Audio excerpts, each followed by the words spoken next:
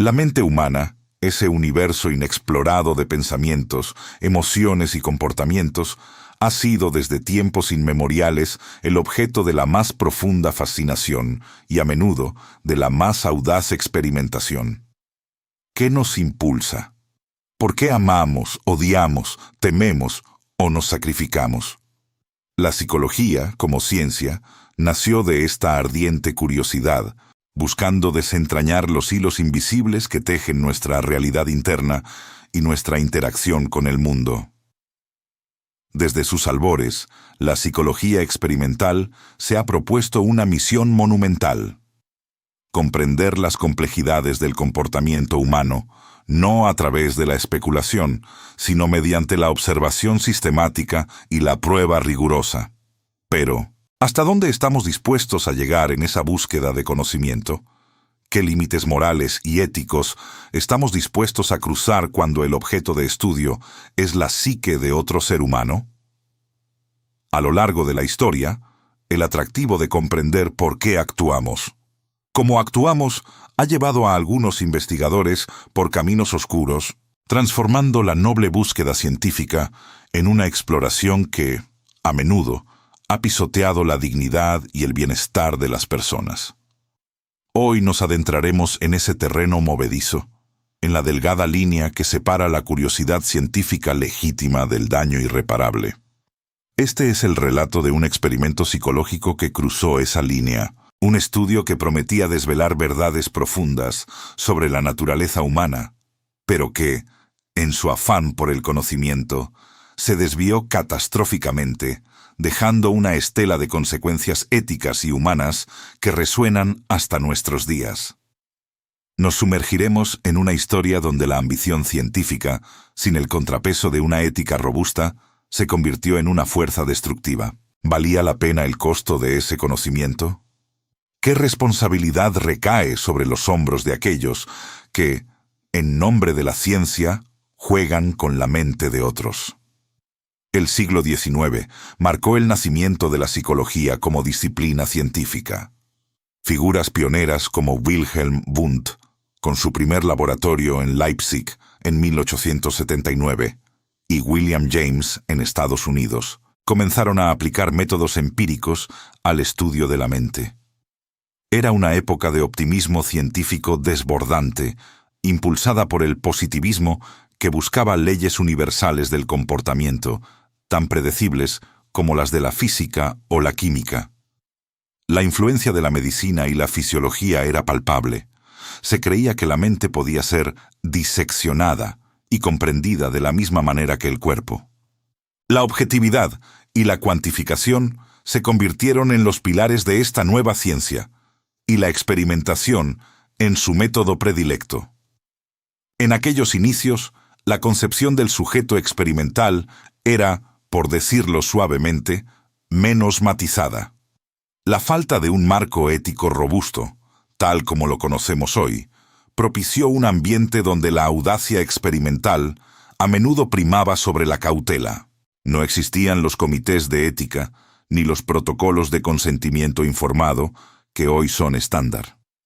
Los sujetos eran, en muchos casos, meros objetos de estudio, y la necesidad de probar teorías a través de la experimentación se percibía como un imperativo científico absoluto. El deseo de desentrañar los secretos de la mente era tan potente que, en ocasiones, oscurecía la visión sobre las implicaciones humanas de tales exploraciones. Luego, el mundo se sumió en las sombras de la Segunda Guerra Mundial y el Holocausto. Eventos de una brutalidad sin precedentes que dejaron a la humanidad atónita, planteando preguntas urgentes y dolorosas. ¿Cómo pudo ocurrir esto? ¿Qué factores psicológicos explican la obediencia ciega, la conformidad extrema y la crueldad sistemática? La urgencia de entender la naturaleza del mal, de comprender los mecanismos de la influencia social y del control mental, se convirtió en una prioridad. Gobiernos y fundaciones canalizaron ingentes recursos hacia la investigación psicológica, con la esperanza de encontrar respuestas o quizás herramientas. En plena Guerra Fría, La carrera por el conocimiento se intensificó, y la psicología no fue ajena a ello. La posibilidad de influir o controlar la mente humana pasó de la ciencia ficción a ser un objetivo de investigación con financiamiento considerable. El contexto social y político de la posguerra creó un clima donde la presión para producir resultados y soluciones era inmensa. La moralidad, en tiempos de crisis existencial, a menudo se percibía como un lujo. Algunos experimentos se justificaron bajo el manto del bien mayor, la idea de que el sacrificio de unos pocos podría conducir a un conocimiento que beneficiara a muchos. Las instituciones académicas, ávidas de financiamiento y prestigio, a menudo miraban hacia otro lado. Era el escenario perfecto para la experimentación audaz, donde la frontera entre la curiosidad y la imprudencia se volvía cada vez más difusa. Antes de continuar, suscríbete al canal y dinos en los comentarios desde dónde nos estás viendo. Este ambiente propició la gestación de estudios cuya pregunta de investigación central era tan ambiciosa como, en retrospectiva, peligrosa. Los investigadores buscaban desvelar los resortes más íntimos del comportamiento humano, la forma en que la autoridad, la situación y el grupo podían moldear la voluntad individual. La hipótesis inicial era audaz. ¿Podrían personas comunes y corrientes ser inducidas a realizar actos de crueldad extrema bajo ciertas condiciones? ¿Podría la situación ser más poderosa que la moralidad innata? Con recursos considerables y un equipo de investigación motivado por la promesa de un descubrimiento trascendental, se propuso un estudio que, en su concepción, ya contenía las semillas de su propio desastre. Los riesgos percibidos en la fase de planificación fueron minimizados o simplemente ignorados en un punto de inflexión donde la ambición superó trágicamente la cautela. El siglo XIX marcó el nacimiento de la psicología como disciplina científica. Figuras pioneras como Wilhelm Wundt, con su primer laboratorio en Leipzig en 1879, y William James en Estados Unidos, comenzaron a aplicar métodos empíricos al estudio de la mente. Era una época de optimismo científico desbordante, impulsada por el positivismo que buscaba leyes universales del comportamiento, tan predecibles como las de la física o la química. La influencia de la medicina y la fisiología era palpable. Se creía que la mente podía ser diseccionada y comprendida de la misma manera que el cuerpo. La objetividad y la cuantificación se convirtieron en los pilares de esta nueva ciencia, y la experimentación en su método predilecto. En aquellos inicios, la concepción del sujeto experimental era, por decirlo suavemente, menos matizada. La falta de un marco ético robusto, tal como lo conocemos hoy, propició un ambiente donde la audacia experimental a menudo primaba sobre la cautela. No existían los comités de ética ni los protocolos de consentimiento informado que hoy son estándar. Los sujetos eran, en muchos casos, meros objetos de estudio, y la necesidad de probar teorías a través de la experimentación se percibía como un imperativo científico absoluto. El deseo de desentrañar los secretos de la mente era tan potente que, en ocasiones, oscurecía la visión sobre las implicaciones humanas de tales exploraciones. Luego, el mundo se sumió en las sombras de la Segunda Guerra Mundial y el Holocausto, eventos de una brutalidad sin precedentes que dejaron a la humanidad atónita, planteando preguntas urgentes y dolorosas. ¿Cómo pudo ocurrir esto? ¿Qué factores psicológicos explican la obediencia ciega, la conformidad extrema y la crueldad sistemática? La urgencia de entender la naturaleza del mal, de comprender los mecanismos de la influencia social y del control mental, se convirtió en una prioridad. Gobiernos y fundaciones canalizaron ingentes recursos hacia la investigación psicológica con la esperanza de encontrar respuestas, o quizás herramientas.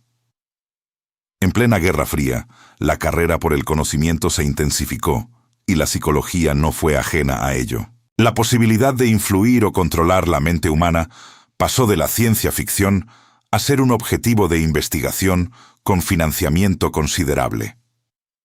El contexto social y político de la posguerra creó un clima donde la presión para producir resultados y soluciones era inmensa.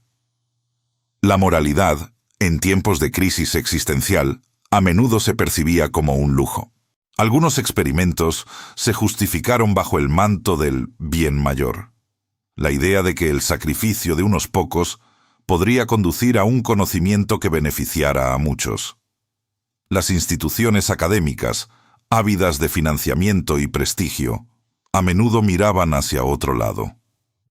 Era el escenario perfecto para la experimentación audaz, donde la frontera entre la curiosidad y la imprudencia se volvía cada vez más difusa. Antes de continuar, suscríbete al canal y dinos en los comentarios desde dónde nos estás viendo. Este ambiente propició la gestación de estudios cuya pregunta de investigación central era tan ambiciosa como, en retrospectiva, peligrosa. Los investigadores buscaban desvelar los resortes más íntimos del comportamiento humano, la forma en que la autoridad, la situación y el grupo podían moldear la voluntad individual. La hipótesis inicial era audaz. ¿Podrían personas comunes y corrientes ser inducidas a realizar actos de crueldad extrema bajo ciertas condiciones? ¿Podría la situación ser más poderosa que la moralidad innata? Con recursos considerables y un equipo de investigación motivado por la promesa de un descubrimiento trascendental, se propuso un estudio que, en su concepción, ya contenía las semillas de su propio desastre. Los riesgos percibidos en la fase de planificación fueron minimizados o simplemente ignorados en un punto de inflexión, donde la ambición superó trágicamente la cautela. Los primeros pasos de la psicología como ciencia se dieron en un terreno fértil, pero carente de las vallas éticas que hoy consideramos indispensables. La influencia de la medicina y la fisiología fue un arma de doble filo. Si bien aportó rigor y un enfoque en la observación empírica, también trajo consigo la noción de que el cuerpo y la mente podían ser tratados como objetos de estudio distantes, sin la consideración plena de la subjetividad y la vulnerabilidad humana. Figuras como Wundt, en su laboratorio de Leipzig, sentaron las bases para el estudio sistemático de la experiencia consciente, pero su enfoque, aunque revolucionario para la época, no contemplaba las complejidades éticas que surgirían con experimentos de mayor envergadura y manipulación. La creencia en la objetividad y cuantificación era casi una fe. Se buscaba una verdad universal del comportamiento, una especie de tabla periódica de la psique humana. Esta búsqueda, noble en su intención, a menudo justificaba la experimentación sin un escrutinio ético profundo. Comparada con otras ciencias consolidadas como la física o la química, la psicología naciente carecía de un historial de dilemas morales a gran escala, y por ende, de un marco regulatorio que los abordara. Los métodos, aunque innovadores, no estaban templados por la experiencia de haber cruzado límites previamente. La concepción inicial del sujeto experimental era, en muchos sentidos, ingenua. Los participantes eran, en el mejor de los casos, colaboradores en la búsqueda del conocimiento y, en el peor, herramientas para validar una hipótesis. La asimetría de poder entre el investigador y el investigado era inmensa y rara vez se cuestionaba. Esta dinámica, combinada con la ausencia de un marco ético robusto, creó un caldo de cultivo para estudios que hoy serían impensables. Los primeros casos de estudios cuestionables, aunque no siempre tan notorios como los que vendrían, sentaron precedentes. Por ejemplo, las primeras exploraciones sobre la hipnosis o el condicionamiento, aunque no siempre con intenciones maliciosas, a menudo carecían de salvaguardias para el bienestar de los participantes. El ambiente intelectual de la época era de una audacia experimental casi ilimitada. Se sentía que la mente era la última frontera por conquistar, y la ciencia era el vehículo para esa conquista. El deseo de desentrañar los secretos de la mente, de comprender por qué las personas actúan de determinada manera, era un motor poderoso.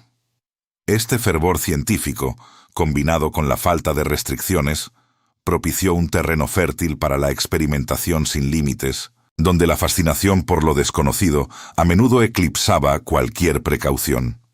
La pregunta fundamental de si el conocimiento obtenido justificaba los medios rara vez se planteaba con la seriedad que merecía, preparando el escenario para los experimentos que, años después, obligarían a la disciplina a una profunda introspección ética.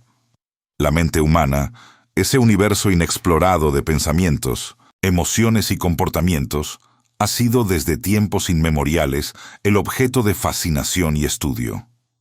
La psicología experimental, nacida de este anhelo de comprensión, prometió desvelar los misterios del alma, de la conciencia y del actuar.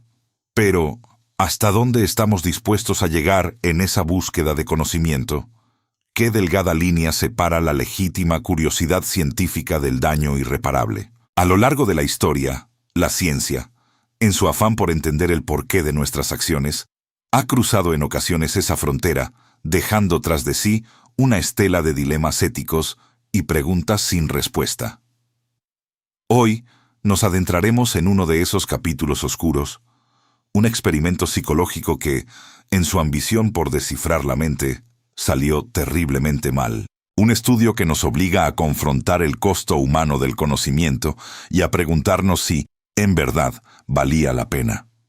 El siglo XIX marcó el nacimiento de la psicología como disciplina científica, un período efervescente donde el positivismo reinaba y la búsqueda de leyes universales del comportamiento humano se convirtió en un imperativo.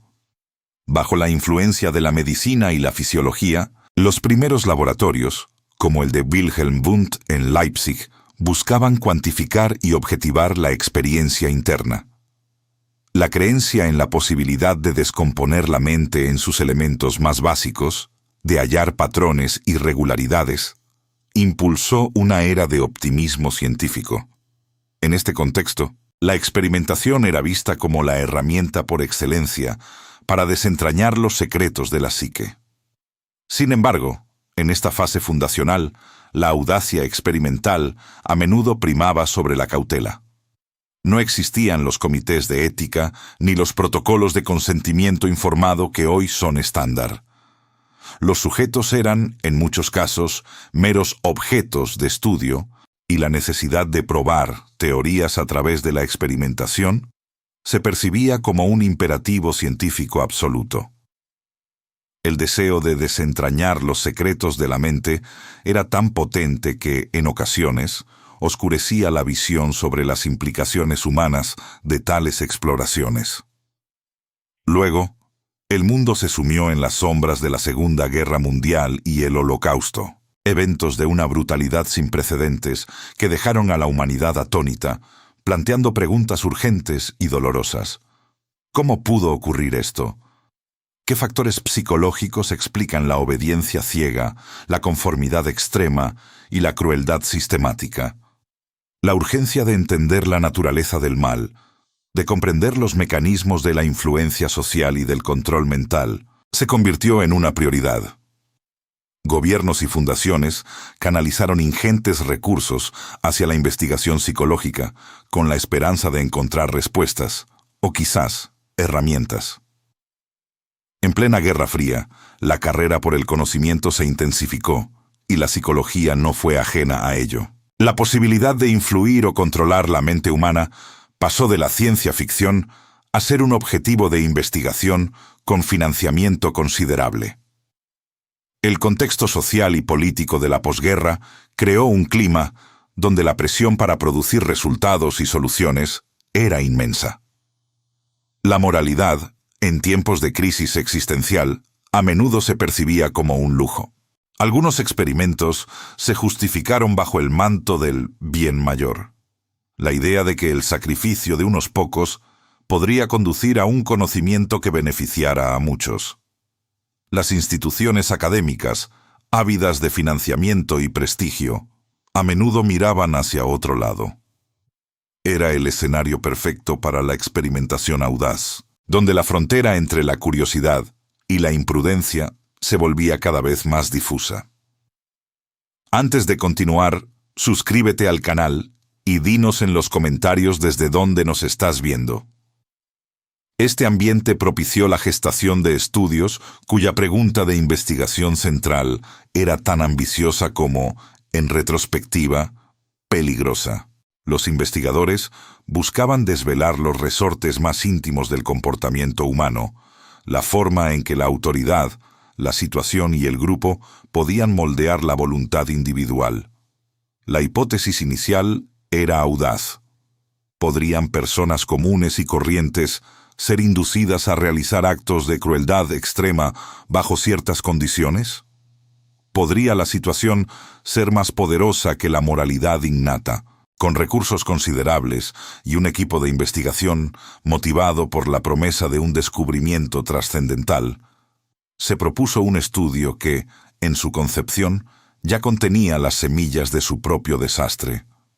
Los riesgos percibidos en la fase de planificación fueron minimizados o simplemente ignorados en un punto de inflexión donde la ambición superó trágicamente la cautela. Los primeros pasos de la psicología como ciencia se dieron en un terreno fértil, pero carente de las vallas éticas que hoy consideramos indispensables. La influencia de la medicina y la fisiología fue un arma de doble filo. Si bien aportó rigor y un enfoque en la observación empírica, también trajo consigo la noción de que el cuerpo y la mente podían ser tratados como objetos de estudio distantes, sin la consideración plena de la subjetividad y la vulnerabilidad humana. Figuras como Wundt, en su laboratorio de Leipzig, sentaron las bases para el estudio sistemático de la experiencia consciente, pero su enfoque, aunque revolucionario para la época, no contemplaba las complejidades éticas que surgirían con experimentos de mayor envergadura y manipulación. La creencia en la objetividad y cuantificación era casi una fe. Se buscaba una verdad universal del comportamiento, una especie de tabla periódica de la psique humana. Esta búsqueda, noble en su intención, a menudo justificaba la experimentación sin un escrutinio ético profundo. Comparada con otras ciencias consolidadas como la física o la química, la psicología naciente carecía de un historial de dilemas morales a gran escala y, por ende, de un marco regulatorio que los abordara. Los métodos, aunque innovadores, no estaban templados por la experiencia de haber cruzado límites previamente. La concepción inicial del sujeto experimental era en muchos sentidos ingenua. Los participantes eran, en el mejor de los casos, colaboradores en la búsqueda del conocimiento y, en el peor, herramientas para validar una hipótesis. La asimetría de poder entre el investigador y el investigado era inmensa y rara vez se cuestionaba. Esta dinámica, combinada con la ausencia de un marco ético robusto, creó un caldo de cultivo para estudios que hoy serían impensables. Los primeros casos de estudios cuestionables, aunque no siempre tan notorios como los que vendrían, sentaron precedentes.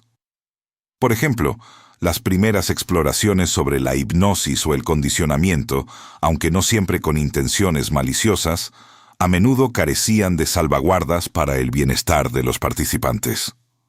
El ambiente intelectual de la época era de una audacia experimental casi ilimitada. Se sentía que la mente era la última frontera por conquistar, y la ciencia era el vehículo para esa conquista.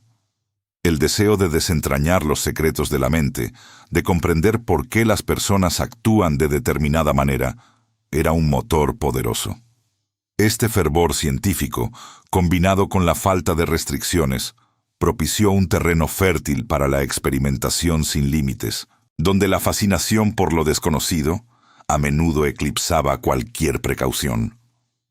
La pregunta fundamental de si el conocimiento obtenido justificaba los medios rara vez se planteaba con la seriedad que merecía, preparando el escenario para los experimentos que años después obligarían a la disciplina a una profunda introspección ética. La justificación teórica detrás de este diseño experimental se apoyaba en la creencia de que la situación, más que la disposición individual, era el factor determinante del comportamiento humano, incluso en sus manifestaciones más extremas.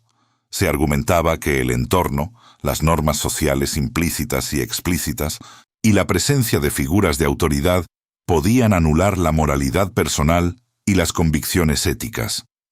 Por tanto, el objetivo no era tanto encontrar individuos malvados, sino demostrar cómo la maldad podía ser inducida en personas ordinarias bajo la presión de un contexto cuidadosamente orquestado. Se buscaba una comprensión empírica de los mecanismos psicológicos que permitieron atrocidades históricas, esperando que este conocimiento pudiera prevenir futuras tragedias. La elección de la población de estudio fue crucial para validar esta hipótesis. Los investigadores buscaban sujetos que representaran la normalidad de la población, personas sin antecedentes de violencia o trastornos psicológicos severos.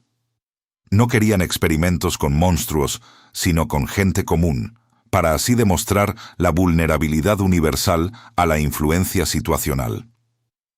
Los participantes serían reclutados de diversas esferas sociales, edades y profesiones, asegurando una muestra que fuera representativa de la sociedad en general. La clave era su aparente normalidad, su falta de rasgos distintivos que pudieran sesgar los resultados hacia una predisposición inherente a la crueldad.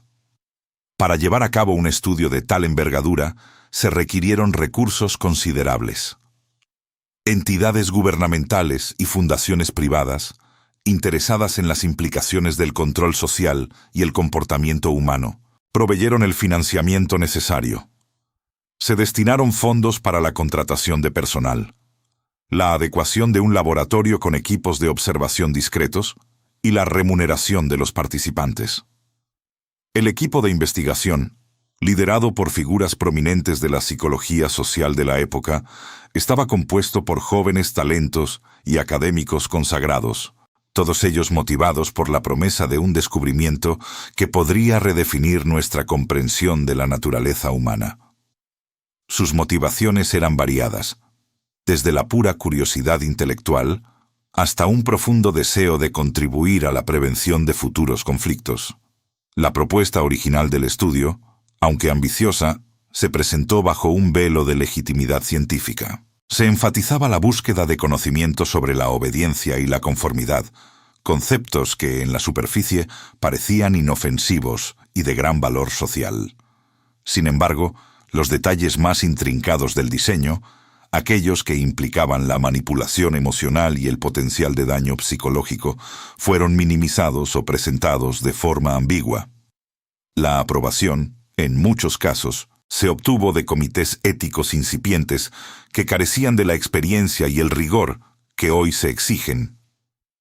Estos comités, a menudo compuestos por colegas y patrocinadores, operaban con directrices éticas mucho más laxas y una fe ciega en el juicio de los investigadores. Los riesgos percibidos en la fase de planificación fueron, en retrospectiva, trágicamente subestimados. Los investigadores anticipaban cierto nivel de estrés o incomodidad en los participantes, pero lo consideraban un costo aceptable en aras del conocimiento. La posibilidad de un daño psicológico duradero o de un quiebre moral significativo se descartaba o se atribuía a la resiliencia inherente del ser humano. Había una ceguera colectiva ante las posibles consecuencias más allá de los resultados inmediatos del experimento. La ambición de desvelar los misterios de la obediencia y la conformidad era tan abrumadora que eclipsaba cualquier cautela. Este punto de inflexión, donde la ambición superó la cautela, fue el verdadero inicio del desastre.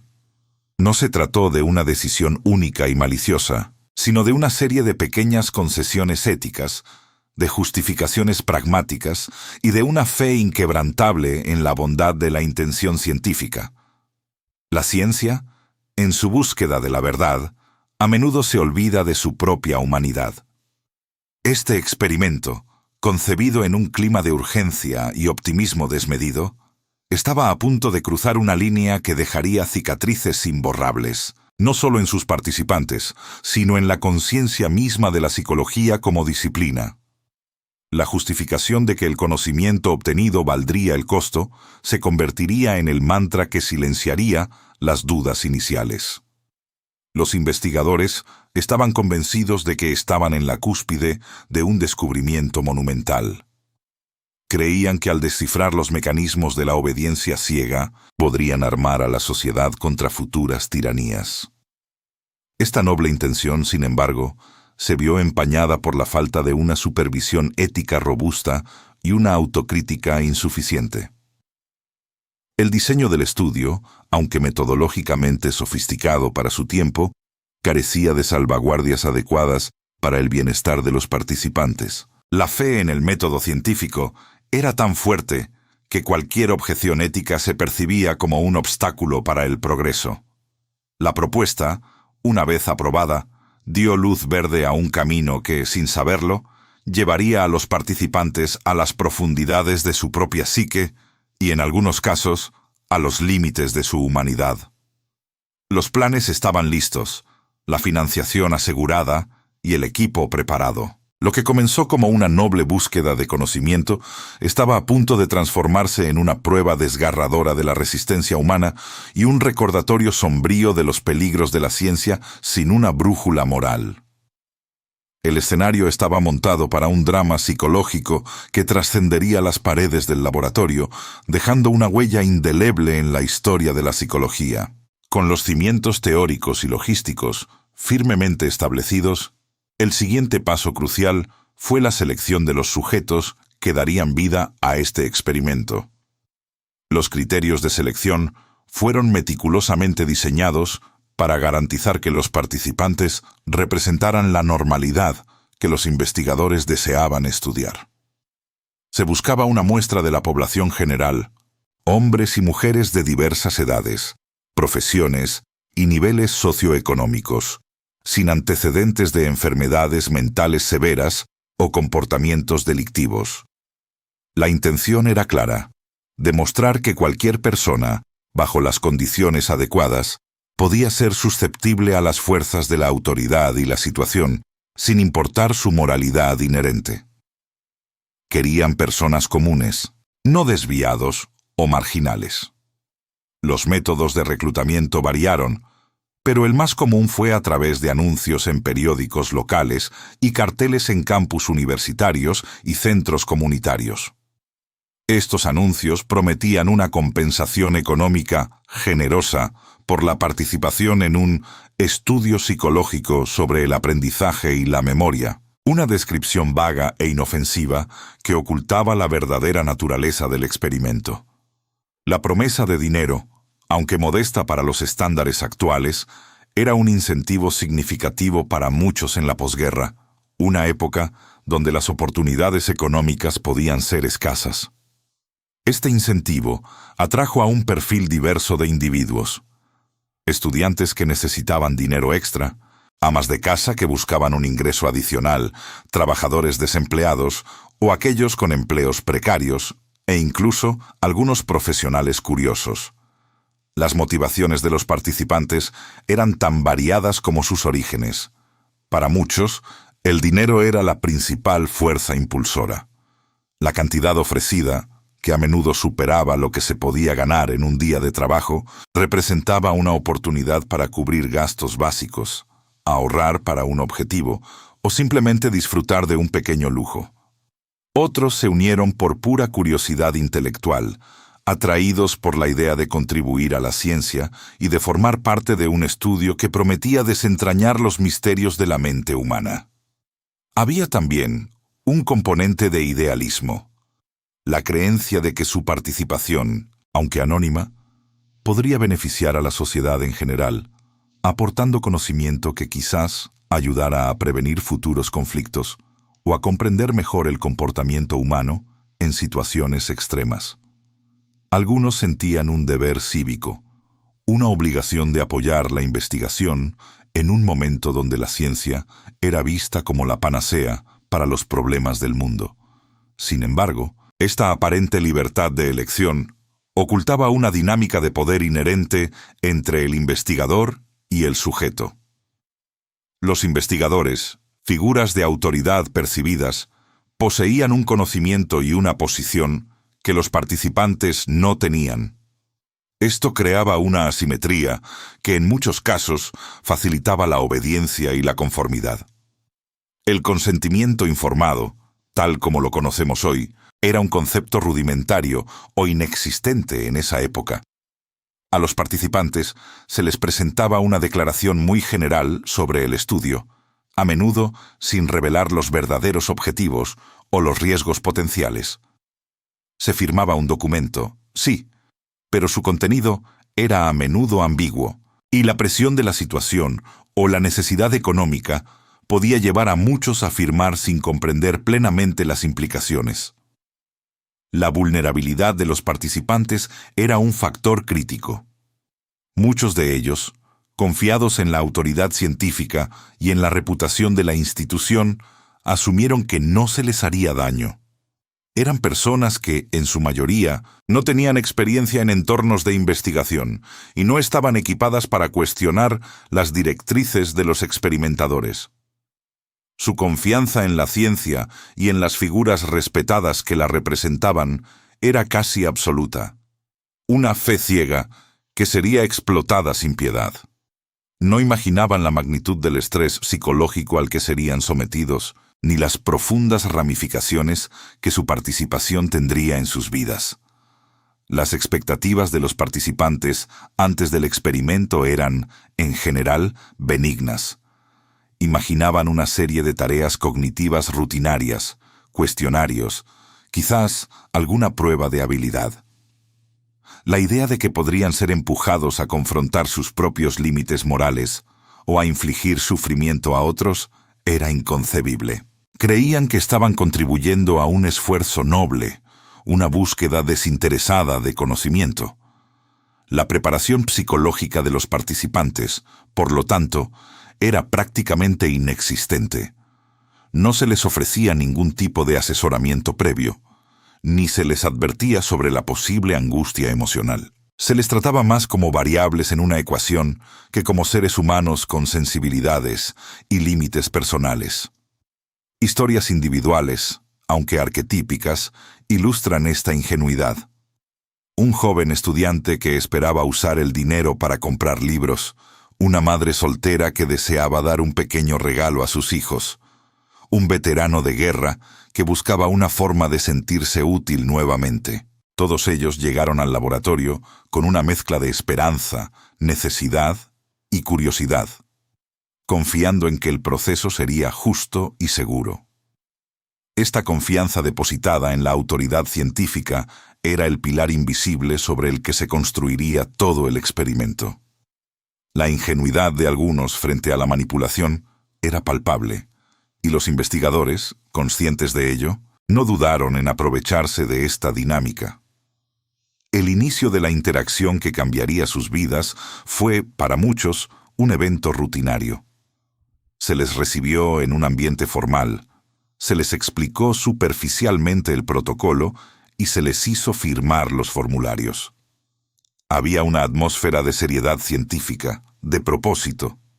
Los investigadores se presentaron como figuras competentes y profesionales, reforzando la percepción de que todo estaba bajo control y que se operaba con los más altos estándares. Los participantes, ajenos a la dramática transformación que sus vidas estaban a punto de sufrir, se adentraban en un escenario que, poco a poco, desdibujaría las líneas entre la realidad y la ficción, entre la moralidad y la obediencia ciega. Estaban a punto de convertirse en peones, en un juego psicológico cuyas reglas no conocían y cuyas consecuencias serían incalculables. El laboratorio, ese espacio aséptico de la ciencia, se convertiría en un crisol donde la humanidad sería puesta a prueba de las formas más perturbadoras. Con los participantes ya seleccionados y un ambiente de aparente normalidad establecido, el equipo de investigación se dispuso a implementar el diseño experimental, una intrincada coreografía de manipulación y control meticulosamente planeada. El objetivo era crear una situación en la que las variables independientes, es decir, los factores que los investigadores controlaban y modificaban, pudieran ejercer una presión psicológica extrema sobre los sujetos, mientras se observaban y registraban sus respuestas como variables dependientes. La principal variable independiente era el nivel de autoridad percibida y la intensidad de las instrucciones coercitivas, mientras que la variable dependiente era la disposición del participante a obedecer, incluso cuando sus acciones parecían causar daño. El entorno físico donde se llevó a cabo el estudio era un laboratorio de apariencia sobria y profesional, diseñado para inspirar respeto y confianza en la autoridad científica. Las paredes de color neutro, el mobiliario funcional y los equipos de aspecto técnico contribuían a la atmósfera de seriedad y rigor. No había ventanas, lo que intensificaba la sensación de aislamiento y la dependencia del participante respecto a las indicaciones del experimentador. La sala principal estaba equipada con un generador de descargas eléctricas simuladas, un panel de control con interruptores numerados y etiquetas que indicaban la intensidad de la descarga, desde descarga leve hasta peligro, descarga severa, XYX. Este equipo, aunque era una farsa ingeniosa, parecía auténtico y aterrador. Los procedimientos se desarrollaron paso a paso, con una precisión casi clínica. Al llegar, cada participante era recibido por el experimentador, una figura vestida con una bata blanca de laboratorio, con un semblante serio y autoritario. El experimentador explicaba que el estudio trataba sobre el efecto del castigo en el aprendizaje y la memoria, y que se les asignaría el papel de maestro, mientras que otro participante, el alumno, estaría en una sala adyacente. Lo que los participantes no sabían era que el alumno era en realidad un actor, un confederado del experimento, entrenado para simular sufrimiento y protestar a medida que las descargas aumentaban. Las instrucciones dadas a los participantes eran claras y concisas. Su tarea era leer una serie de pares de palabras al alumno y luego probar su memoria. Si el alumno cometía un error, el maestro debía administrarle una descarga eléctrica, aumentando la intensidad con cada error. Se les enfatizó la importancia de continuar, incluso si el alumno mostraba signos de angustia, para garantizar la validez del estudio. Se les proporcionó una descarga de muestra, una pequeña pero perceptible sacudida, para convencerlos de la autenticidad del generador. La introducción de elementos de engaño y manipulación era fundamental para el diseño. El alumno nunca recibía descargas reales. Sus gritos de dolor, súplicas y eventual silencio eran grabaciones preestablecidas o actuaciones magistrales. La aleatoriedad en la asignación de roles de maestro y alumno también era una farsa. El participante real siempre era asignado como maestro. Esta creación de una realidad artificial era tan convincente que pocos participantes dudaron de la autenticidad de la situación. El rol de los confederados era crucial. El alumno, un hombre de mediana edad con una apariencia inofensiva, se quejaba de una condición cardíaca al inicio del experimento, aumentando la aprensión del maestro y el dilema moral. A medida que las descargas aumentaban, sus protestas escalaban. Quejas, gritos de dolor, patadas en la pared, súplicas para detener el experimento, hasta un silencio ominoso a partir de cierto nivel de voltaje. En algunos casos, un segundo confederado, otro experimentador con una bata de laboratorio, también estaba presente, observando y reforzando las instrucciones del experimentador principal, creando una presión social adicional. La observación y el registro de datos se realizaban meticulosamente. El experimentador tomaba notas sobre la conducta del maestro, sus expresiones faciales, sus dudas, sus intentos de protestar y, crucialmente, hasta qué nivel de descarga estaba dispuesto a llegar antes de negarse a continuar. Cada palabra, cada gesto, cada titubeo era un dato valioso para comprender los mecanismos de la obediencia. La escalada gradual de la intensidad del experimento fue una de las características más insidiosas del diseño. Comenzar con descargas bajas hacía que el acto de presionar el interruptor pareciera trivial. Sin embargo, con cada error del alumno, la intensidad aumentaba progresivamente, forzando al maestro a confrontar un dilema moral cada vez mayor. Lo que empezó como una tarea inofensiva se transformaba lentamente en un acto de crueldad percibida, dificultando que el participante se detuviera una vez que había avanzado demasiado. Fue precisamente en esta escalada donde el diseño comenzó a mostrar sus fallas más profundas, no en la mecánica, sino en sus implicaciones humanas. Los investigadores, en su búsqueda de variables controladas y resultados medibles, habían subestimado el impacto psicológico devastador de colocar a individuos ordinarios en una situación tan moralmente comprometedora. La frialdad del diseño, su calculada progresión hacia el daño percibido, estaba a punto de desatar una tormenta de angustia en mentes desprevenidas, y el momento en que el rigor científico se convirtió en crueldad estaba a la vuelta de la esquina. El sistema estaba diseñado para presionar, y lo hacía implacablemente, empujando a muchos más allá de lo que creían posible. Los primeros signos de problemas no tardaron en manifestarse, emergiendo como fisuras en la meticulosa fachada del experimento. Desde el inicio, a pesar de la aparente obediencia inicial de los participantes, los resultados comenzaron a desviarse de lo que los investigadores puramente esperaban en términos de una respuesta mecánica. Aunque muchos maestros continuaron presionando los interruptores, sus comportamientos revelaban una profunda disonancia. La observación atenta del experimentador, que registraba cada detalle, capturó una serie de reacciones emocionales extremas que no habían sido completamente anticipadas en la fase de planificación, o al menos no en su magnitud. Manifestaciones de estrés, ansiedad y angustia se hicieron evidentes casi de inmediato. Los participantes sudaban profusamente, temblaban, se mordían los labios o se frotaban las manos.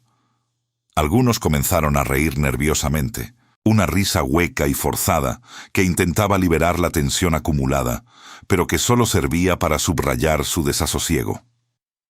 Otros mostraban una mirada perdida, como si intentaran distanciarse mentalmente de la horrible tarea que se veían obligados a realizar.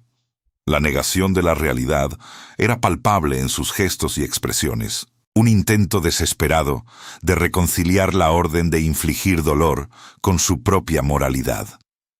Las primeras dudas comenzaron a carcomer a algunos de los investigadores, especialmente a aquellos más jóvenes o con menos experiencia en la rigidez de los protocolos.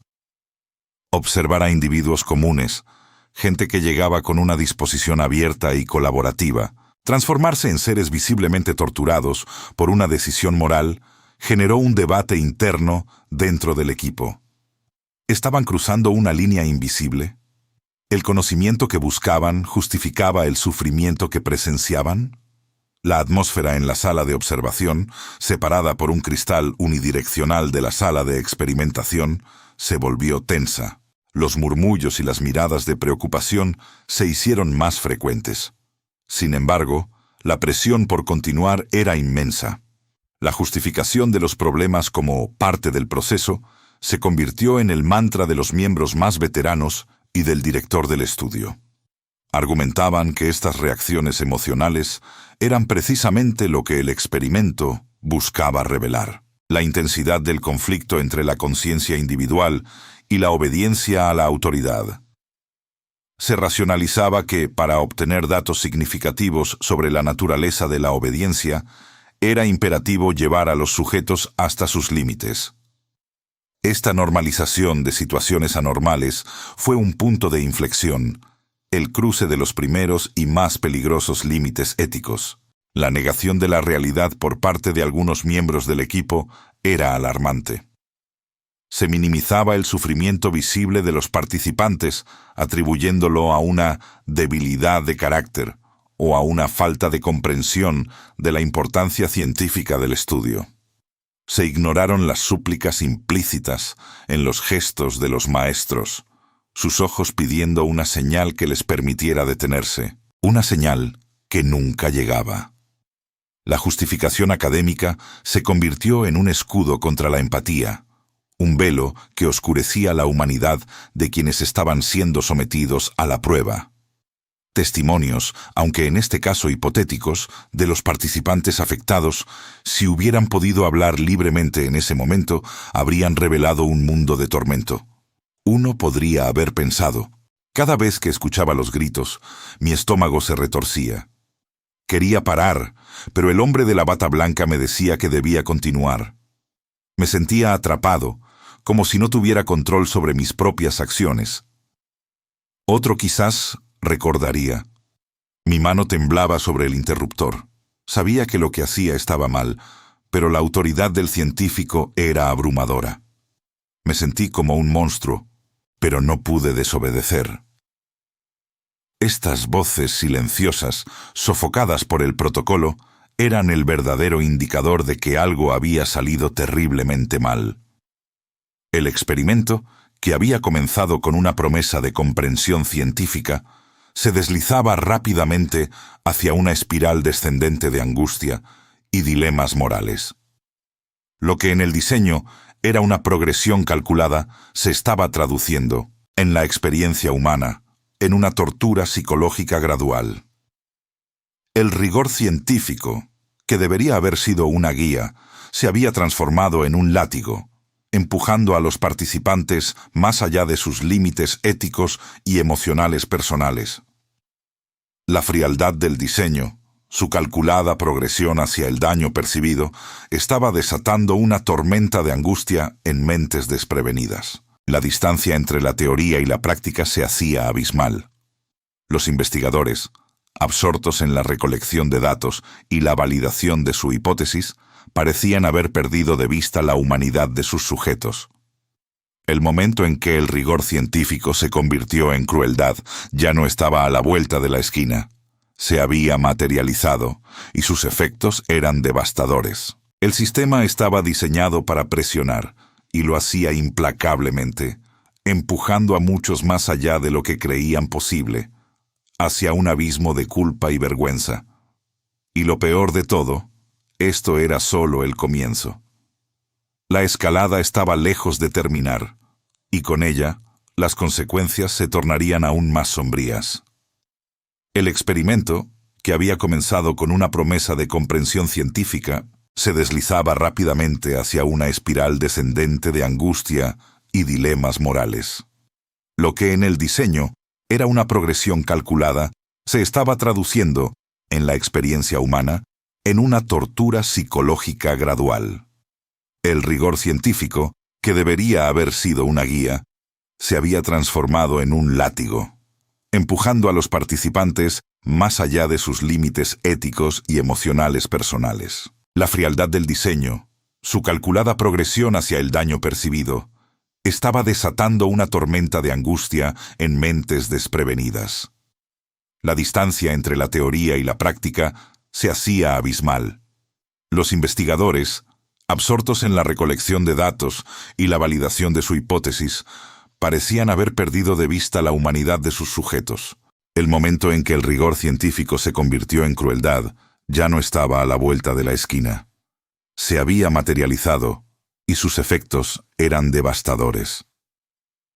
El sistema estaba diseñado para presionar, y lo hacía implacablemente, empujando a muchos más allá de lo que creían posible, hacia un abismo de culpa y vergüenza.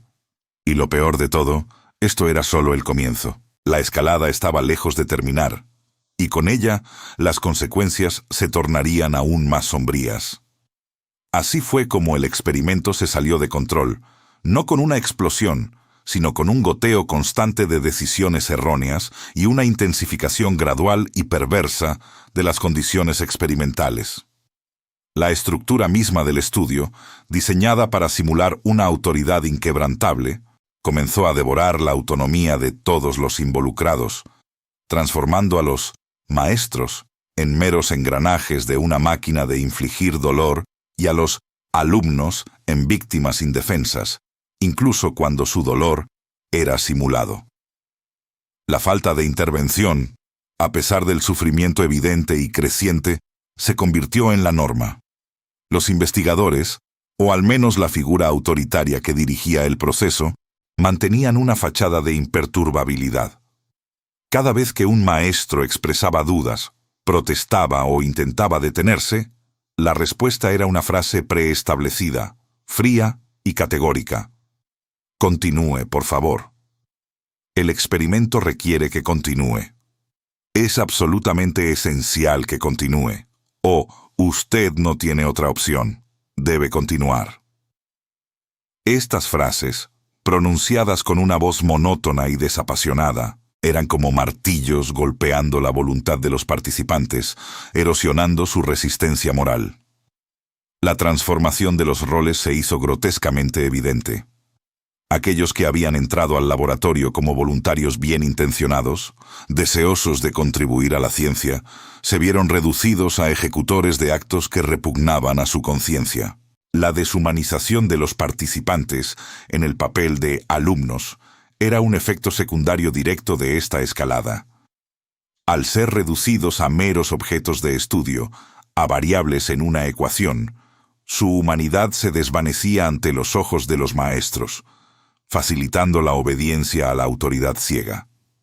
La distancia física y emocional entre el maestro y el alumno, aumentada por el engaño de los gritos pregrabados, permitía que la empatía se diluyera, dejando espacio para la conformidad. La erosión de la moralidad individual fue un proceso insidioso. Lo que comenzaba como una ligera incomodidad se convertía en una profunda angustia. Luego en resignación, y para algunos, en una obediencia casi automática. La presión social y la dinámica de grupo, aunque implícitas, jugaron un papel crucial. La presencia del experimentador, como figura de autoridad, con su bata de laboratorio y su aire de conocimiento superior, imponía una presión inmensa. Su persistencia, su negativa a aceptar un no por respuesta, creaba un ambiente donde disentir parecía no solo inútil, sino también una falta de respeto a la ciencia y a la institución. La incapacidad de detener el proceso se convirtió en un tormento para muchos. Algunos participantes intentaron de varias maneras sabotear el experimento de forma pasiva, presionando el interruptor de menor intensidad o deteniéndose por períodos más largos antes de continuar. Otros protestaron verbalmente con vehemencia, argumentando, suplicando, pero siempre eran reconducidos por la inquebrantable autoridad. Este punto sin retorno, donde la voluntad individual se doblegaba ante la presión institucional, marcó el verdadero quiebre del experimento. Ya no era un estudio sobre la obediencia, sino una demostración activa de cómo la obediencia podía ser forzada hasta límites insospechados, incluso a expensas de la conciencia. El impacto psicológico no se limitó a los maestros. Los propios investigadores, o al menos aquellos con un mínimo de sensibilidad, comenzaron a mostrar signos de estrés. El ambiente en la sala de observación se volvió denso, cargado de una tensión palpable. Las discusiones internas se volvieron más acaloradas, aunque siempre en privado, lejos de los oídos de los participantes. Algunos miembros del equipo se sentían cómplices de una transgresión moral, mientras que otros se endurecían, convencidos de la validez científica de su empresa, justificando el sufrimiento como un mal necesario para un bien mayor del conocimiento. Este ambiente de tensión y miedo se filtraba a través de las paredes del laboratorio. Los gritos pregrabados, cada vez más desesperados y realistas, resonaban en la sala, creando una atmósfera de terror simulado que, para los maestros, era terriblemente real. La visión de sus propias manos presionando el interruptor, la sensación de estar causando un daño inmenso, todo ello se grababa en sus mentes.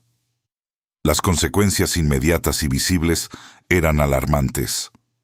Algunos participantes, al finalizar el experimento, se encontraban al borde de un ataque de nervios. Sudoración incontrolable, temblores violentos, tartamudez, risas histéricas o un silencio catatónico eran respuestas comunes. La cara de algunos estaba desencajada por la angustia, sus ojos vidriosos y llenos de una mezcla de horror y culpa.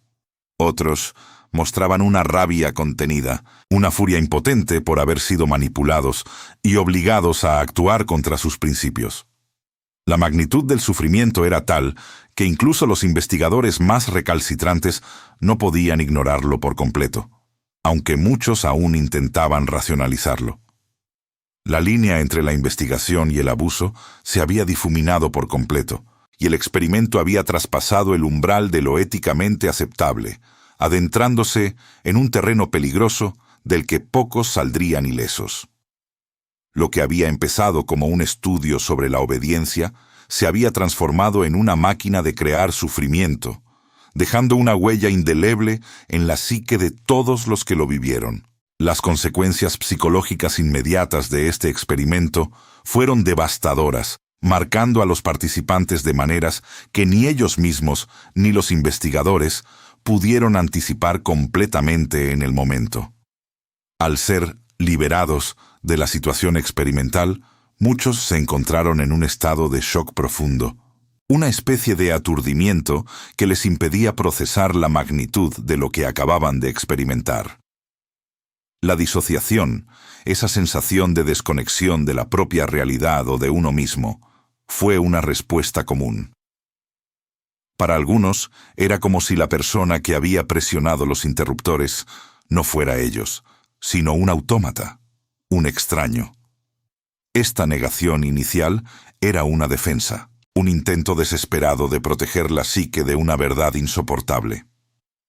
Las crisis nerviosas y los ataques de pánico se manifestaron en muchos participantes, algunos incluso antes de abandonar el laboratorio. La adrenalina que había recorrido sus cuerpos durante horas, la tensión acumulada por la lucha interna entre la obediencia y la conciencia, explotó una vez que la presión externa se disipó.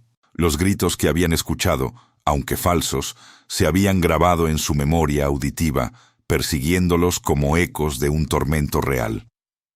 La imagen de los alumnos sufriendo, las súplicas, los silencios repentinos, todo ello se convirtió en un bucle mental incesante.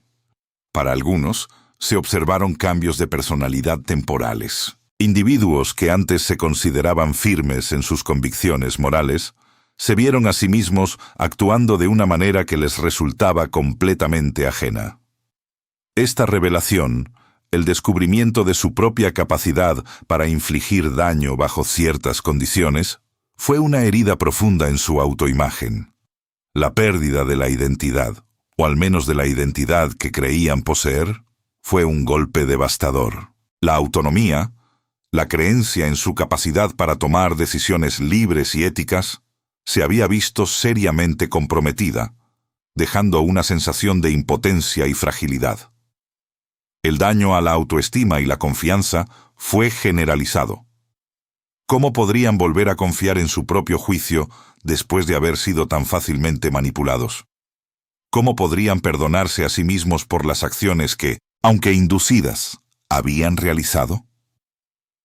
Esta herida se extendió a sus relaciones interpersonales. Algunos participantes se sintieron incapaces de hablar de lo sucedido, avergonzados y temerosos de ser juzgados. Otros intentaron compartir su experiencia, solo para encontrarse con la incomprensión o el juicio de quienes no habían estado allí, aislándolos aún más. La capacidad de confiar en los demás, especialmente en figuras de autoridad, se vio severamente mermada. La dificultad para procesar lo ocurrido fue una constante. El engaño, al ser revelado, no alivió el tormento, sino que en muchos casos lo intensificó. Saber que los alumnos no habían sufrido daño físico real no borraba la culpa de haber querido infligirlo. La sensación de violación, de que su voluntad y su moralidad habían sido abusadas por la ciencia, era palpable. No era solo un experimento. Para ellos, había sido una prueba de su propia humanidad. Y muchos sintieron que habían fallado estrepitosamente. La reacción de los participantes al ser liberados fue variada, pero siempre intensa. Algunos se derrumbaron en llanto incontrolable, liberando la tensión acumulada. Otros se mostraron furiosos, exigiendo explicaciones y expresando su indignación por haber sido objeto de tal manipulación. Hubo quienes cayeron en un silencio catatónico, incapaces de articular palabra, su mente aún atrapada en el laberinto del laboratorio. Era evidente que muchos necesitarían una intervención médica o psiquiátrica inmediata para gestionar el trauma agudo. Sin embargo, la negación de los investigadores sobre el alcance del daño fue, en muchos casos, tan sorprendente como el propio experimento. Aunque se realizaron sesiones de desinformación para explicar el engaño y asegurar a los participantes que no habían causado daño real, estas a menudo resultaban insuficientes para mitigar el profundo impacto psicológico. Los investigadores, quizás en un intento de protegerse a sí mismos o de justificar la validez de su estudio, tendían a minimizar el sufrimiento, a catalogarlo como una reacción normal al estrés de la situación. No lograron comprender que no se trataba solo del daño físico, sino del daño moral y existencial que habían infligido. El inicio de un sufrimiento que perduraría se hizo evidente con el tiempo. Lo que parecía una reacción aguda en el laboratorio se transformaría en cicatrices mentales que muchos llevarían consigo durante años, si no toda la vida.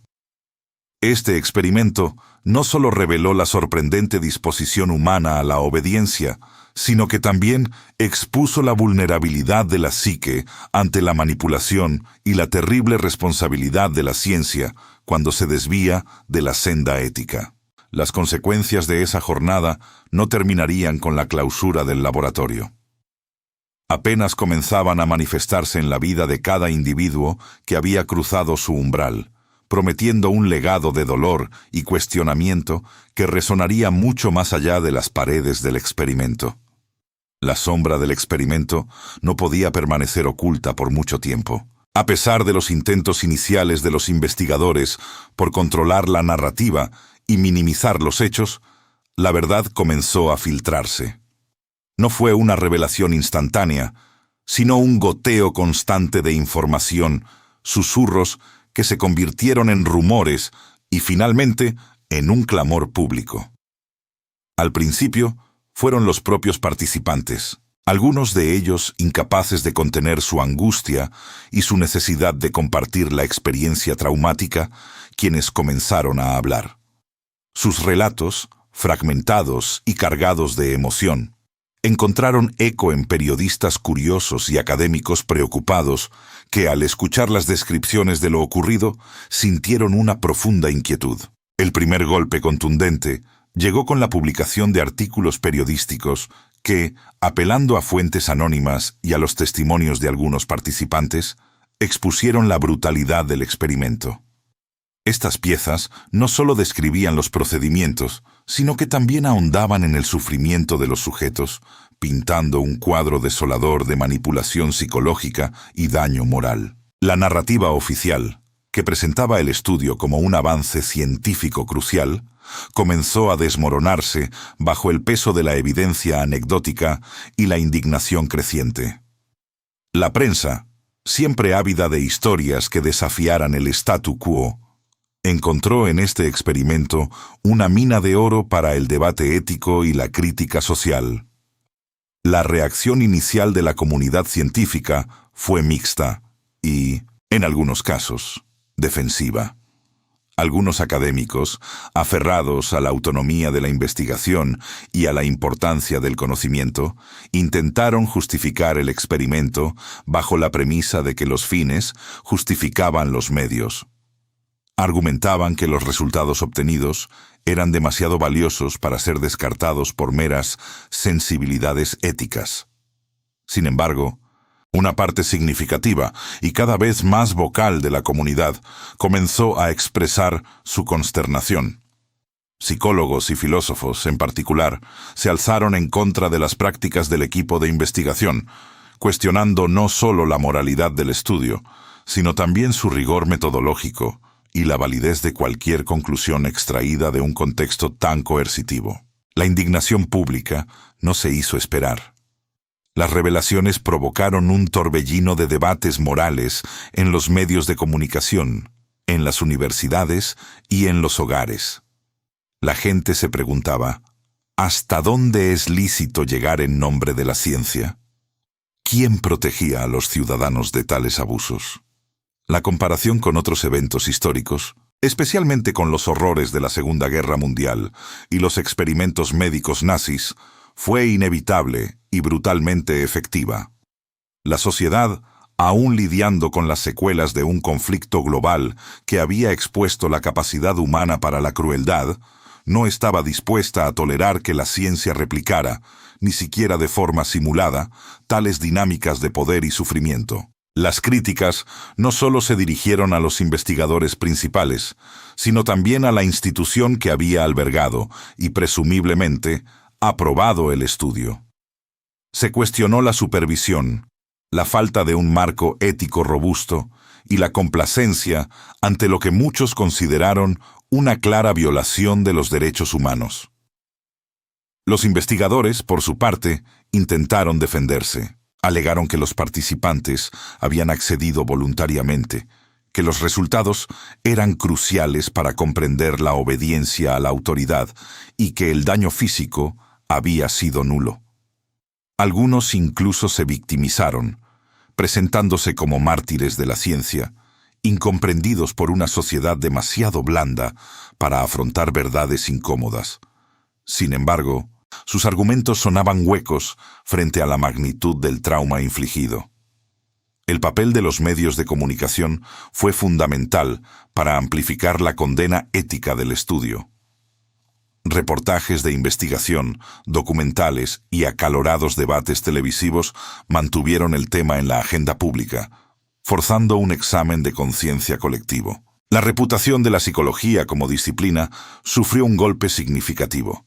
Se la percibió, al menos temporalmente, como una ciencia fría y deshumanizada, más preocupada por la manipulación que por el bienestar humano.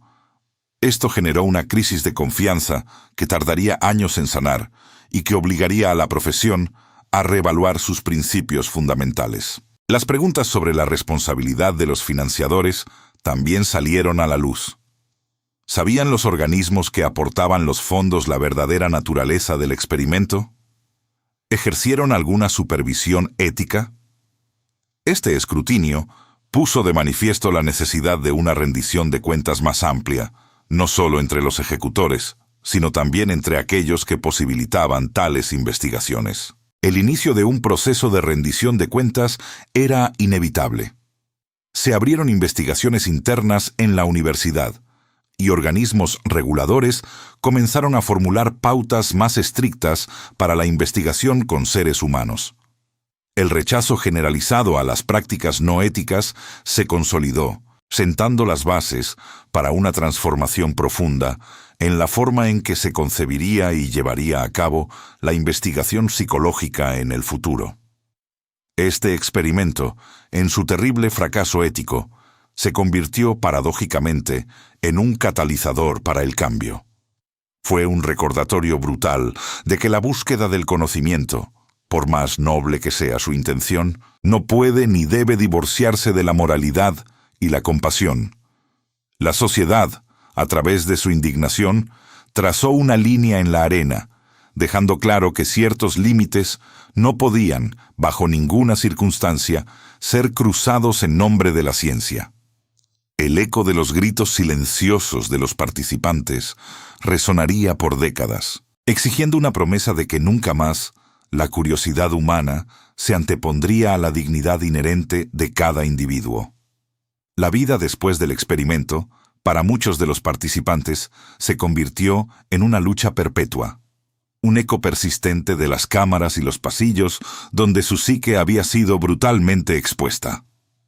Las consecuencias a largo plazo no fueron meras cicatrices superficiales, se incrustaron profundamente en su ser, alterando la trayectoria de sus vidas de formas que ni ellos mismos, ni los investigadores, pudieron haber previsto. El legado del trauma se manifestó de múltiples maneras, a menudo invisibles para el ojo inexperto, pero devastadoras para quienes lo padecían. Uno de los diagnósticos más comunes entre los participantes fue el trastorno de estrés postraumático. Pesadillas recurrentes, flashbacks, vívidos que los transportaban de vuelta a los momentos más angustiantes del estudio, y una hiperexcitación constante se convirtieron en compañeros indeseables. El simple sonido de una puerta cerrándose con fuerza o una voz autoritaria podía desencadenar una respuesta de pánico, sumiéndolos en un estado de terror que se creía superado. La ansiedad crónica se arraigó en sus vidas, manifestándose en ataques de pánico repentinos, preocupación excesiva y una incapacidad para relajarse, robándoles la paz que alguna vez conocieron. La depresión también fue una compañera frecuente. La sensación de desesperanza, la pérdida de interés en actividades que antes disfrutaban y una profunda tristeza se apoderaron de muchos. Algunos desarrollaron fobias sociales severas, evitando el contacto con otras personas por miedo a ser juzgados, manipulados o, peor aún, revivir la experiencia de la impotencia. La confianza, ese pilar fundamental de las relaciones humanas, se hizo añicos. ¿Cómo podían volver a confiar en la autoridad, en las instituciones o incluso en sus propios juicios, después de haber sido tan cruelmente engañados y explotados? Las relaciones interpersonales se vieron gravemente afectadas. La desconfianza se extendió a familiares y amigos, creando muros invisibles que les impedían conectar a un nivel profundo. La intimidad se volvió un desafío, pues la vulnerabilidad que implicaba abrirse a otro ser humano era una amenaza demasiado grande. Algunos se aislaron por completo, prefiriendo la soledad a la posibilidad de un nuevo engaño o decepción. Las dificultades en la adaptación social o laboral fueron palpables. La concentración disminuyó, la irritabilidad aumentó y la capacidad para manejar el estrés cotidiano se vio mermada, lo que llevó a la pérdida de empleos y a una sensación de fracaso personal. El estigma de haber participado en ese experimento, como se le llegó a conocer en ciertos círculos, fue otra carga pesada.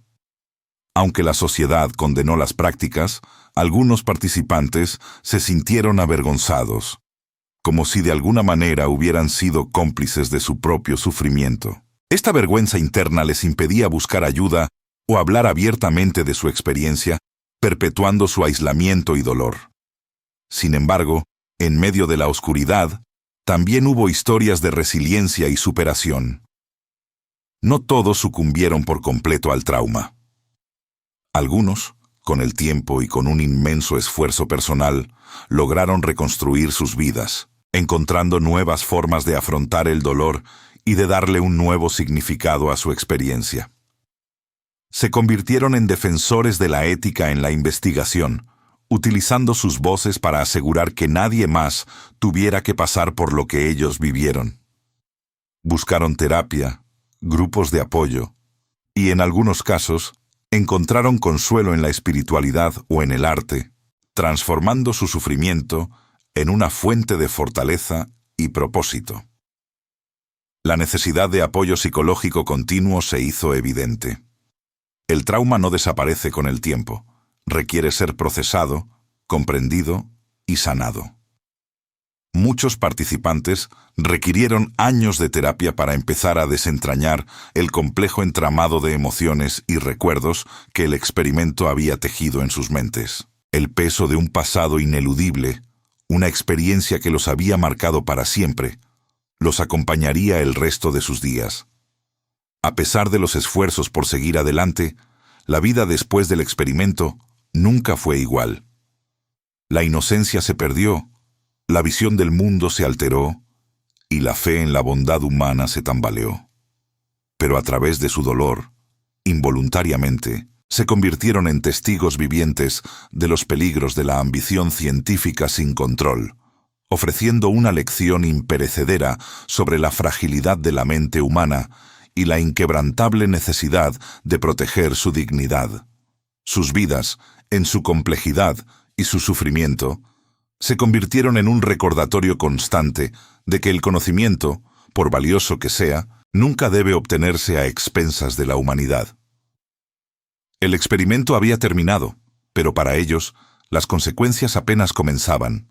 Un telón de fondo sombrío, contra el cual el resto de sus días se desenvolvería, siempre bajo la sombra de lo que les fue arrebatado. El eco de los gritos silenciosos de los participantes resonaría por décadas, exigiendo una promesa de que nunca más la curiosidad humana se antepondría a la dignidad inherente de cada individuo. Fue precisamente ese eco, el dolor transformado en clamor por justicia y ética, lo que catalizó una transformación profunda y necesaria en el mundo de la investigación científica.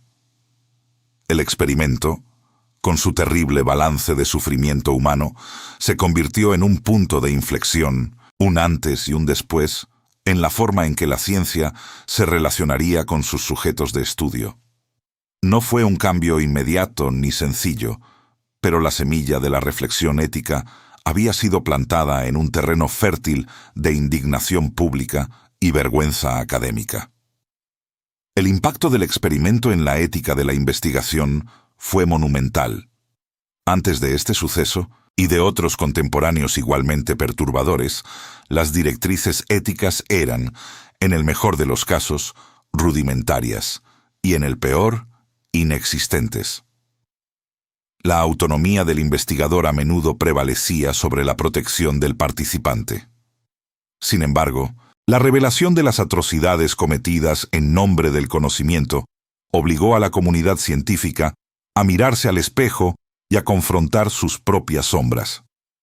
La primera y más visible consecuencia fue el desarrollo de códigos de conducta y declaraciones éticas formales, diseñados para salvaguardar los derechos y el bienestar de los participantes en cualquier estudio.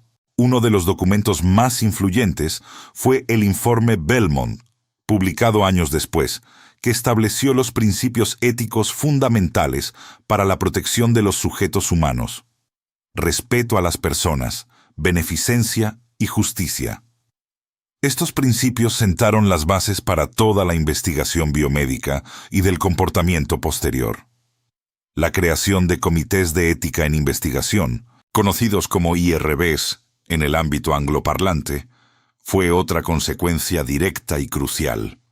Estos comités, compuestos por científicos, expertos en ética y miembros de la comunidad, se convirtieron en guardianes de la moralidad, encargados de revisar y aprobar todos los protocolos de investigación que involucraban a seres humanos. Su función principal era asegurar que los riesgos para los participantes fueran mínimos, que los beneficios potenciales justificaran esos riesgos y que los derechos de los individuos estuvieran protegidos en todo momento. Esta supervisión externa e independiente marcó un cambio radical respecto a la autorregulación que había prevalecido hasta entonces. La importancia del consentimiento informado se redefinió y se hizo rigurosa. Ya no bastaba con una simple firma. El consentimiento debía ser voluntario, informado y comprensivo. Los participantes debían ser plenamente conscientes de la naturaleza del estudio, sus riesgos y beneficios potenciales, y tener la libertad de retirarse en cualquier momento sin penalización. Se enfatizó la necesidad de un lenguaje claro y accesible, evitando el argot científico que pudiera confundir o manipular. La era de la letra pequeña y las omisiones deliberadas llegaba a su fin. Además, se prestó especial atención a la protección de los sujetos vulnerables. Niños, personas con discapacidades cognitivas, prisioneros y otros grupos que pudieran tener dificultades para dar un consentimiento verdaderamente informado o que fueran susceptibles de coerción, recibieron capas adicionales de protección. La ciencia reconoció que no todos los individuos tienen el mismo nivel de autonomía y que algunos requieren una salvaguarda especial contra la explotación. La prohibición de ciertos tipos de engaño en la investigación fue otro punto clave. Si bien el engaño moderado y justificado puede ser necesario en algunos estudios psicológicos para evitar sesgos en el comportamiento, el experimento en cuestión demostró los peligros de un engaño excesivo y prolongado, especialmente cuando causaba daño psicológico. Las nuevas directrices exigían que cualquier uso de engaño fuera mínimo, justificado por la importancia científica del estudio y seguido por un debriefing, o explicación completa al participante tan pronto como fuera posible, ofreciendo apoyo si fuera necesario. La revisión de la formación de los científicos también fue imperativa. Las universidades y las instituciones de investigación comenzaron a incorporar cursos obligatorios de ética en sus planes de estudio, asegurando que las futuras generaciones de investigadores estuvieran imbuidas de una profunda comprensión de sus responsabilidades morales. Ya no era suficiente ser un brillante científico. Uno también debía ser un científico ético. Este cambio de paradigma en la psicología experimental no se limitó a la prevención de futuros daños. También fomentó una cultura de mayor transparencia y responsabilidad. La lección aprendida a través del sufrimiento de los participantes fue que la búsqueda del conocimiento, por más noble que sea, debe estar intrínsecamente ligada a la moralidad y la compasión. La ciencia no podía permitirse el lujo de ser amoral. La influencia de estas nuevas normativas éticas se extendió más allá de la psicología, permeando otras disciplinas científicas que también lidiaban con la investigación en seres humanos. La conciencia de la responsabilidad social del investigador se elevó a un nuevo nivel, reconociendo que el trabajo científico tiene implicaciones profundas para la sociedad y para los individuos. La ciencia, a partir de ese momento, se esforzó por ser más humana, más reflexiva y, en última instancia, más digna de la confianza pública. La promesa de una ciencia más humana no era solo un ideal, sino una exigencia nacida del dolor de un pasado que no se debía repetir. A pesar de la esperanza de una ciencia más humana que brotó de las cenizas de estos experimentos desastrosos, la historia de la psicología está salpicada de otros estudios que, aunque quizás no alcanzaron el mismo grado de infamia, siguen generando un profundo debate ético y nos recuerdan la continua tentación de cruzar límites en nombre del conocimiento. Estos experimentos, a menudo citados en manuales y documentales, sirven como balizas de advertencia, iluminando las zonas grises donde la curiosidad científica se encontró con la moralidad incierta. La comparación y el contraste con el experimento central que hemos estado explorando revelan patrones recurrentes en la justificación y las críticas a tales estudios y subrayan la evolución, a veces dolorosamente lenta, del pensamiento ético a lo largo del tiempo. Uno de los ejemplos más notorios es el experimento de Milgram sobre la obediencia a la autoridad, realizado en la década de 1960 por Stanley Milgram en la Universidad de Yale. Inspirado por los juicios de Nuremberg y la pregunta de cómo personas ordinarias podían participar en atrocidades, Milgram diseñó un estudio donde los participantes, creyendo que estaban administrando descargas eléctricas cada vez más potentes a un alumno por cada respuesta incorrecta, obedecían las órdenes de un experimentador. A pesar de los gritos de dolor simulados del alumno y las súplicas para detenerse, una alarmante mayoría de participantes continuó hasta el nivel máximo de voltaje, simplemente porque una figura de autoridad se lo ordenaba. Las consecuencias psicológicas para los maestros fueron considerables. Muchos experimentaron estrés, ansiedad y conflicto moral intenso. A diferencia de nuestro experimento central, Milgram realizó debriefings, exhaustivos y seguimiento, pero la naturaleza del engaño y el estrés infligido generó un torbellino de críticas éticas que resonaron por décadas. La justificación de Milgram era que el conocimiento obtenido sobre la obediencia ciega a la autoridad era crucial para entender fenómenos sociales y prevenir futuras tragedias. La crítica, sin embargo, Se centró en el daño psicológico causado y la manipulación de la confianza de los participantes. Otro pilar en esta galería de experimentos cuestionables es el experimento de la cárcel de Stanford, liderado por Philip Zimbardo en 1971. En este estudio, un grupo de estudiantes universitarios fue dividido aleatoriamente en roles de guardias y prisioneros en una prisión simulada en el sótano de la Universidad de Stanford. La intención era observar el impacto de los roles sociales y el poder en el comportamiento. Lo que comenzó como un experimento de 2 semanas tuvo que ser abortado después de solo 6 días debido al rápido deterioro de la salud mental de los prisioneros y el comportamiento sádico y autoritario de muchos de los guardias. Los participantes se sumergieron tan profundamente en sus roles que olvidaron la naturaleza simulada del experimento, llevando a abusos psicológicos y humillación. Aunque los participantes dieron su consentimiento informado, la intensidad y el daño psicológico superaron con creces las expectativas. La crítica se centró en la falla del investigador para intervenir a tiempo y en la falta de protocolos éticos robustos para proteger a los sujetos de estudio de la inmersión total en roles perjudiciales. La justificación de Zimbardo era que el estudio revelaba verdades profundas sobre la influencia de los sistemas y los roles en la conducta humana. La controversia aún persiste sobre si los beneficios del conocimiento justificaron el sufrimiento. Yendo más atrás en el tiempo, encontramos el infame caso del pana pequeño Albert. Un experimento de 1920 realizado por John B. Watson y Rosalie Rayner. En este estudio, un bebé de 9 meses llamado Albert fue condicionado para temer a una rata blanca mediante la asociación de la presencia del roedor con un fuerte ruido desagradable. El objetivo era demostrar que el miedo podía ser condicionado clásicamente en humanos.